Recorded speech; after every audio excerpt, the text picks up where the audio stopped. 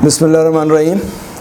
नाज़रीन, हर हमारी गमी, हमारी उदासी और हमारी फ़िक्रमंदी जो है वो डिप्रेशन नहीं होती बिना। सबसे पहले बात तो ये रखें, depression is a certain state of mind जिसमें you need a full support system from the society, from your family and even from your medical doctor as well. इसमें थॉट्स आती हैं और थॉट्स वो रुकने का नाम नहीं लेती। You want to stop that thoughts, लेकिन थॉट्स जो आती हैं और इसी वजह से इसे एक एपिसोड का नाम दिया जाता है। ये थॉट्स जो हैं कभी कम वक्त के लिए आती हैं, कभी ज़्यादा वक्त के लिए आती हैं।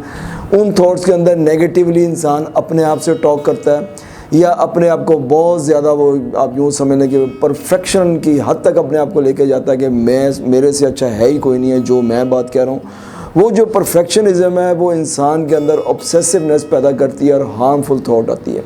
और ये हार्मफुल थॉट को हम अपनी साइकोलॉजी की लैंग्वेज में रूमिनेशन कहते हैं। रूमिनेशन से यही मुराद है कि इन थॉट्स का बार बार आना, और इसी रूमिनेशन को हम कहते हैं प्रीकर्सर ऑफ डिप्रेशन। अच्छा, ये हर उम्र के लोगों में आ सकती है, ये जवानों में भी आ सकती है, ये उम्र रसीदा लोगों में भी आ सकती है। लेकिन पूरी दुनिया में जो तहकीक की गई है वो ये है कि रीसेंट डिकेड्स के अंदर जितने यंगस्टर पैदा हुए हैं उनके अंदर में से 1/3 ऐसे हैं जिनके अंदर ये वाला डिप्रेशन वाला फेज़ आया। और उसमें वो कहते हैं कि सबसे ज़्यादा कसूर जो है वो सोशल मीडिया का है, जहाँ पर वो अपने आप को जैसे कहते हैं ना कि कंपैरिजन की स्टेट में लेकर आते हैं। जब आप कंपैरिजन की स्टेट में लेकर आते हैं तो आप के अंदर सर्टन ऐसी चेंजेस आती हैं जिसकी वजह से अपने आप को आप लो फील करना शुरू कर देते हैं। और ये प्रोसेस जो है वो कंटिन्यूटी रहता है, which ultimately convert to your anxiety, और एंग्जाइटी जो है वो फिर डिप्रेशन के अंदर तब्दील हो जाती है। और आम तौर पे एंग्जाइटी और डिप्रेशन को एक दूसरे का कज़न कहा जाता है, बहन भाई भी कहते हैं। अच्छा, इसके मल्टीपल काजेज़ हैं। मल्टीपल काजेज़ के अंदर हम इसको बायोलॉजिकली भी कह सकते हैं, हम इसके मेडिकल के हवाले से भी बात कर सकते हैं। हम जैसे मेडिकल में मैं गायनी के हवाले से, ऑप्स के हवाले से बहुत ज़्यादा हमारी बच्चियों को नहीं बताया जाता कि जिसके अंदर जब वो प्रेग्नेंट होती हैं, जब वो डिलीवरी के प्रोसेस में आती हैं, तो उस स्टेज के ऊपर डिप्रेशन होना ही होना होता है। बाकी जितनों को मैं डिस्कस करूँगा that can be averted by certain treatments. लेकिन ये जो प्रेगनेंसी या डिलीवरी का फेज़ है, इसके अंदर जो है वो प्रेगनेंसी जब वो बच्चा जन्म देती हैं उसके अंदर उनके अंदर डिप्रेशन आता ही आता है। तो हमें उन चीज़ों को भी अपनी बच्चियों को बताने की बड़ी ज़रूरत है, क्योंकि जब हम ऐसी बातें उनको बता देते हैं या उनके नॉलेज में होती हैं तो कम से कम वो ये समझती हैं कि हाँ हमारे ऊपर ये डिप्रेशन फेज़ आएगी। दे आर, जैसे हम कहते हैं, प्रोएक्टिव होती हैं, मेंटली तौर पे, व ज़हनी तौर पे तैयार हो जाती हैं। हमारे मुल्क के अंदर तो मेरे डॉक्टर साहब मुझे हंसा रहे थे कि हम जब ऐसी ख़वातीन के अंदर ये फेज़ जो होती है वो आम तौर पर 5 से 15 मिनट तक रहती है। कहते फिर हम उनको छेड़ने के लिए कहते हैं कि मैं तुमसे तुम्हारा बच्चा ले लूँ, तो कहते बाज़ का वो चूँकि इतने पेन के प्रोसेस में होती है, कहती बच्चा ले लो। फिर मैं उसे कहता हंस के कहता हूँ कि क्या पैसे, कितने पैसे लोगी? वो कहती है तुम वैसे ही वो वाला ले जाओ। बाहर के मुल्कों में या यूरोपियन कंट्रीज़ के अंदर वहाँ पर 40 दिन तक जो है मिड वाइफ है वो ख़ातून के साथ रहती है, वो उसकी फीडिंग के मामले में वो इवन उसके घर भी आती है। तो ये चूँकि ना ये फेज़ इसलिए ख़वातीन या हमारी बच्चियों पे आती है कि इनके अंदर सर्टन हार्मोनल चेंजेस और ब्लड प्रेशर का अप और लो जाना, ये 2 वजूहात जो हैं कॉमन है। अदर दैन और भी बहुत सी वजूहात हैं जिसके अंदर हार्मोनल इम्बैलेंस आता है और वो बच्ची जो है वो अपने बच्चे से एक किस्म का, जैसे वो एक रिजेंटमेंट शो करती है, वो उसको अपना बच्चा एक्सेप्ट करने में वो टाइम उसको लगता है। तो वहाँ पर वो फिर डॉक्टर हज़रात या मिड वाइफ जिसका मैंने आपको जिक्र किया कि वो उनके पास आते हैं और वो उनको इस हवाले से जो है वो बहुत ज़्यादा समझाते हैं। इसी तरह अगर हम बायोलॉजिकल फैक्टर्स में भी देखें तो उसके अंदर भी जेनेटिक फैक्टर आ जाता है कि आपका लाइफस्टाइल कैसा है, आपका इम्यूनोलॉजी सिस्टम जो है वो इसके बारे में बहुत ज़्यादा करता है, आपका न्यूरोलॉजी सिस्टम जो है वो इस हवाले से बहुत ज़्यादा बात करता है। तो उसकी मैं डिटेल में इसलिए नहीं जा रहा कि आप किसी जगह भी वो पढ़ सकते हैं। हाँ, हमारी सोसाइटी के अंदर अगर हम फैमिली का स्ट्रक्चर देखेंगे, बाज़ का लोगों का जो है वो एक्यूट स्ट्रेस होता है या डिप्रेशन होता है, और बाज़ जो है वो क्रोनिक स्ट्रेस है। अगर हम एक्यूट की बात करें तो से एग्जांपल कि जैसे किसी की जॉब छूट गई, किसी स्टूडेंट को ग्रेड ना मिला, या उसका फैमिली स्ट्रक्चर ऐसा था जहाँ उसको ऐसा अच्छे तरीके से उसको ट्रीट ना किया। क्रोनिक के अंदर हम काजेज़ के अंदर हम ये कहते हैं कि फॉर एग्जांपल के आपके किसी ऐसे अजीज़ की डेथ हो गई जिसके ऊपर आप डिपेंडेंट थे, अगर किसी खातून को डाइवोर्स हो गई या वो विडो हो गई या सेपरेटेड हो गई, ये these are the chronic cases जिसके ऊपर हमें जो है वो अपनी बच्चियों या इन लोगों के ऊपर हमें खुसूसी तवज्जो देने की ज़रूरत है। मेडिकली जो है वो तो ज़ाहिर है डॉक्टर हज़रात ज़्यादा बेहतर बता सकते हैं, एंटी डिप्रेसेंट दी जाती है मेडिसिन, लेकिन एंटी डिप्रेसेंट जो है वो उसका मुस्तकिल हल नहीं है। एंटी डिप्रेसेंट इन रियलिटी क्या करती हैं कि हमारे जिस्म के अंदर मौजूद जो है वो सेरोटोनिन, जो कि हैप्पी हार्मोन है, जिनको एंडोर्फिन का नाम भी दिया जा सकता है, डोपामिन का नाम भी दिया जाता है, उनकी रीअब्जॉर्प्शन नहीं होनी चाहिए, जिसकी वजह से हमारा जो है वो लेवल जो है वो एलिवेटेड रहता है, खुशी के हार्मोन हमारे अंदर ज़्यादा रहते हैं। तो इस सिलसिले के अंदर जो हमारे नौजवानों के हवाले से मैं ज़रूर बात करूँगा कि अगर ऐसा नौजवान, उसके अंदर हम सिम्टम्स की बात करें तो सिम्टम्स जो है वो मल्टीपल हैं। मल्टीपल मेन के वो अपने काम में इंटरेस्ट लेना शुरू कर देगा, काम में इंटरेस्ट नहीं लेगा।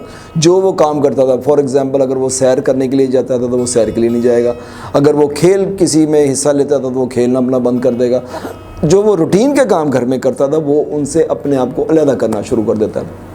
फिर लॉस ऑफ इंटरेस्ट हो जाता है। लॉस ऑफ इंटरेस्ट के अंदर भी ऐसी बात है कि वो जिन कामों में वो दिलचस्पी लेता था उसमें वो दिलचस्पी लेना छोड़ देगा ना। तो ऐसे मामले के अंदर मैं समझता हूँ कि फैमिली मेम्बर्स को they must have a very watchful I on that boy और गर्ल। और आमतौर पे ये भी रिसर्च की गई है कि पूरी दुनिया के अंदर लड़कियों के अंदर डिप्रेशन वाली फेज़ जो है वो ज़्यादा आती है, और इसकी मेन रीज़न में भी वो रोमांस हो सकता है जिसके बेस के ऊपर उनके अंदर ये वाली कंडीशन आती है।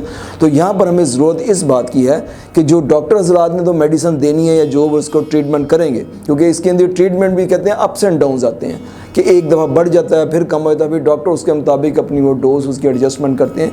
लेकिन बाज़ ऐसे मामलात हैं जिनके अंदर हम फैमिली के पॉइंट ऑफ व्यू से हमें इनको बहुत ज़्यादा क्लोजली अपने बच्चों को वॉच करना चाहिए। कोई एबनॉर्मल जब हम उनकी हरकत देखें तो parents must be very much attentive. अगर वो रूटीन में रोज़ पढ़ता था, वो देख रहे हैं कि आइसोलेट रहना शुरू कर गया है, वो किसी के साथ मिक्स अप नहीं हो रहा भी, वो जो रूटीन के काम करता था वो बोले वो काम नहीं करता भी, तो हमें उस सूरत के अंदर इनके साथ जो अपना लाइजन को बड़ा स्ट्रॉन्ग करने की ज़रूरत है। अच्छा, जितने इनके सिम्टम्स बताए जाते हैं, बहुत ज़्यादा सिम्टम्स हैं, मैं चंद एक आपके साथ शेयर करना चाहता हूँ कि ऐसा लड़का या लड़की या कोई भी उम्र का आदमी हो, वो छोटे छोटे सांस लेना शुरू करता है। ये एक बड़ी बड़ी सिम्टम्स मेडिकल की एक बुक है डेविडसन की, मैंने उसमें डिप्रेशन में देखा कि वो ये वाली बताते हैं कि छोटे छोटे वो सांस लेता है। इन छोटे छोटे सांसों में होता क्या है कि वो ऑक्सीजन की मिकदार तो जा रही है, लेकिन कार्बन डाइऑक्साइड जो है वो मुनासिब मिकदार में जितनी निकलनी चाहिए उसकी बॉडी से नहीं निकलती। फिर एंड के ऊपर वो एक लंबा सा सांस लेगा जिसको हम अपनी लैंग्वेज में होके भरना कहते हैं। तो ये वाला एक बहुत बड़ा इंडिकेशन है ऐसे बंदे का कि वो फिर अपना उस डिप्रेशन को इस तरीके से जो है वो निकालने की कोशिश करता है। अच्छा, ये जो पोस्टमार्टम की मैं बात करता हूँ, इसको पोस्टमार्टम ब्लूज भी बोलते हैं। इसमें जो मैंने पढ़ा उसमें यहाँ तक भी बात करो, इसकी सीवियरिटी माइल्ड से बड़ी जो है वो सीवियर तक जाती है। सीवियरिटी में ये भी केस रिपोर्टेड हुए हैं कि माओ ने बच्चों को मार भी दिया। तो इसलिए नौजवान बच्चियों को ये गाइड करने की बड़ी ज़रूरत है कि ये फेज़ उनके ऊपर आनी है, तो इसके लिए अपने आप के ऊपर मेंटली तौर पे तैयार रह जाए, क्योंकि इसके अंदर हार्मोनल इम्बैलेंस होता है, इसके अंदर ब्लड प्रेशर जो है वो बढ़ता है। तो ऐसे सूरतों के अंदर इन बच्चियों को अगर समझा दिया जाए या थोड़ी बहुत उनको गाइडेंस दे दी जाए तो मेरा ख्याल वो इस फेज़ को वो महसूस तो ज़रूर करेंगी, लेकिन है कि फिर जब उनको अल्टीमेटली पता होगा कि ये वाली मेरे ऊपर फेज़ आनी है तो उसके अंदर से बड़ी जल्दी निकलती हैं। वो बाज़ का डॉक्टर्स आज छोड़ते हैं ना कि बच्चों माओ से वो बच्चे लेके उनको कहते हैं कि जी मैं ले लूँ, फिर वो उनके साथ शुगल करते हैं, और उसके बाद फिर बच्चों को जब माँ ये 5 से 10 मिनट इस फेज़ के बाद से निकलती है, फिर वो अपने बच्चे के बारे में पूछती है कि मेरा बच्चा रो रहा है तो क्यों रो रहा है, फिर उसको बताया जाता है नहीं रो रहा तो अच्छी बात है, अगर नहीं रो रहा तो क्यों नहीं रो रहा, मतलब she shows her concern about the child. फिर कहते हैं बच्चे को उसके पास लिटा दिया जाता है, लिटाने के बाद वो उसका टच का फिर मिल्क रिफ्लेक्शन और मैनी हार्मोन्स उसके अंदर रिलीज़ होते हैं, जिसकी वजह से वो फिर माँ अपना जैसे कहना चाहिए अपनाइयत का इजहार करती है। तो ऐसी स्टेज के ऊपर फिर वो डॉक्टर हज़रात जो है पाकिस्तान के अंदर कम अज़ कम 24 आवर्स के लिए उसको जो है वो अंडर द वॉच रखते हैं। जैसे कि मैंने बताया बाहर के मुल्कों में तो तकरीबन 40 दिन जो है वो उनकी मिडवाइफ वो बच्चियों के घरों में जाती है, वो उनको बताती है। तो ये वाला हमारा डिप्रेशन वाली फेज़ जो हमें कभी हम बच्चियों को हमने गाइड नहीं किया अभी, तो they must know all this things के उनके जहन में ये वाली बात होगा। अगर कल ज़ाहिर है उन्होंने माँ बनना, बच्चे के प्रेगनेंसी को बियर करना है, वो 9 माह का अर्सा है, उसके बाद वो डिलीवरी का टाइम है, वो पेन का टाइम है, तो उस हवाले से ये वाली जब चेंजेस आएंगी तो उनको अपने उस डिप्रेशन के ऊपर हर सूरत जो है वो काबू करने की कोशिश करनी चाहिए। अच्छा, ये तो हमने बता दी मेडिकल के हवाले से। अब इस्लामी पॉइंट ऑफ व्यू से भी मतलब इसका हमारे नबी करीम सल्लल्लाहु अलैहि वसल्लम ने बहुत बड़ा बताया हुआ है कि तमाम का तमाम डिप्रेशन, या जैसे मैंने पहले बताया कि हर परेशानी जो है वो डिप्रेशन नहीं होती, लेकिन अगर फिर भी आ जाए तो ला हौल वला कुव्वता इल्ला बिल्लाह ये कहते हैं 100 दफ़ा पढ़ दें, क्योंकि और ज़हन में ये रखें कि हमारे नबी करीम सल्लल्लाहु अलैहि वसल्लम से ज़्यादा गम तो किसी ने नहीं देखे। आपने अपने हाथों से अपने बच्चों को दफनाया, आपकी वालदा कितनी टेंडर एज में उनकी डेथ हो गई, आपके दादा, उसके बाद जो मुश्किलात उनके पेश आई, तो उसके बाद अगर हम ज़हन में ये रखेंगे जब वो वाला गम या रंज आप हमारे नबी करीम सल्लल्लाहु अलैहि वसल्लम ने इतना ज़्यादा बियर किया तो हम तो उसके मुकाबले में कुछ भी नहीं है। तो ये चीज़ हमें बहुत ज़्यादा जो है वो बूस्ट अप करेगी, क्योंकि जब हम ला हौल वला कुव्वता पढ़ते हैं तो इसका मतलब है कि अल्लाह ताला के सिवा कोई कुव्वत नहीं है जो हमें इस तकलीफ़ से निकाल सके। तो ये एक बहुत बड़ा हमारे लिए जो है वो एक इंसेंटिव है, या हमारे लिए सोर्स ऑफ जो है सेटिस्फेक्शन हम कह सकते हैं। एंड पे जो मैं अपने लाइफ एक्सपीरियंस के हवाले से या लोगों से मैंने डिस्कस किया है, तो इसमें बेहतरीन चीज़ जो है वो आपकी एक्सरसाइज है। मैं फिर बार बार कहता हूँ, एक्सरसाइज जो आपके अंदर वो एंडोर्फिन और डोपामिन और सेरोटोनिन किस्म के hormone, these are all happy hormones, इसको अपनी ज़िंदगी का हिस्सा बनाएं। ये ख़ास तौर पे आजकल जो कोविड-19 की सिचुएशन चल रही है, इसमें बड़े लोग डिप्रेशन वाली फेज़ के अंदर आ रहे हैं, तो इस फेज़ को हमने काउंटर करना।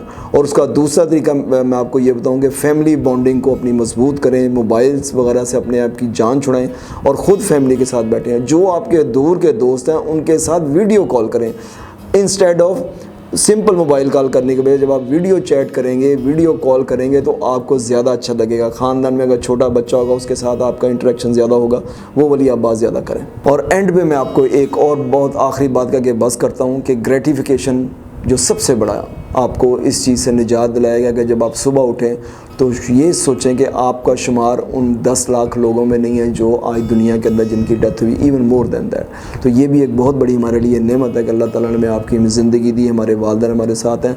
इसमें फैमिली स्ट्रक्चर का भी बहुत ज़्यादा अमल दखल होता है। तो मेरा नटशल ये है कि ऐसे लोग, अदर दैन जो मैंने बच्चियों की बात की, उसके अलावा जो ऐसे लोग जो इस बीमारी के अंदर आ रहे हैं, उसमें फैमिली के अफराद का बहुत बड़ा रोल है, वालिदैन का बहुत बड़ा रोल है, बहन भाइयों का बहुत बड़ा रोल है। आप उसको अगर वॉचफुल आई रखेंगे, उसके ऊपर उसके साथ डिस्कशन करेंगे, तो मेरा 100% यकीन है कि वो इस बीमारी से जो है वो इंशाल्लाह ताला अपने आप को ज़रूर तरफ जाएगा। मैं आपके ऊपर आपसे दरख्वास्त करता हूँ कि आप मेरे चैनल को सब्सक्राइब करें और इसके बेल आइकॉन को भी प्रेस करें, ताकि आइंदा आपको इस किस्म की इन्फॉर्मेशन वाली वीडियोज़ जो है वो आपको मिलती रहें। आपका बहुत बहुत शुक्रिया। कोई भी जो आपने एक्सरसाइज करनी है उसमें वार्म अप, जैसे मैंने पहले बताया, बड़ा ज़रूरी है। हाथों को ऐसे पीछे बांध के आपने आहिस्ता आहिस्ता से अपने पेल्विक जॉइंट से आपने झुकना है और यहाँ पर 10 सेकंड तक आपने स्टे करना है। फिर उसके बाद आपने आहिस्ता आहिस्ता उठकर दोबारा सीधे खड़े होना है और यही वाला काम आपने को 10 से 12 दफ़ा डिपेंडिंग अपॉन योर टाइम और आपकी एनर्जी, इसके ऊपर आपने करना है। ये आपकी रीढ़ की हड्डी के लिए और कंधों के लिए बेहतरीन एक्सरसाइज है।